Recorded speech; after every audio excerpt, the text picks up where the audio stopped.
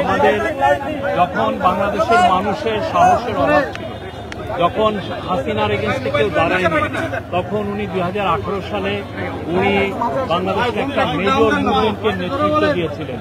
সেই কোটা এন্টি কোটা মুভমেন্টের উনি নেতৃত্ব দিয়েছিলেন। তার সাহস এবং আপনারা দেখেছেন 2024 সালের জুলাই মাসে আপনি দেখেন যখন আন্দোলনে তার পুরো গণ অধিকার পরিষদ সবাই ছিলেন এবং নূরকে 19শে জুলাইকে 20শে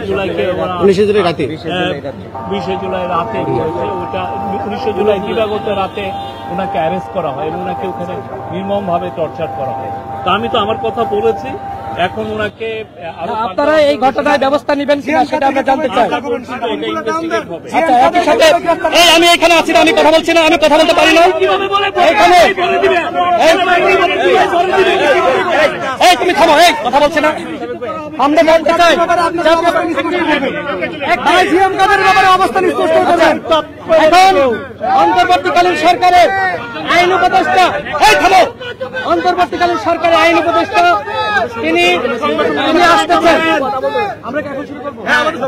আচ্ছা, আমাদের দলের সংবাদ সম্মেলন এখন শুরু হবে।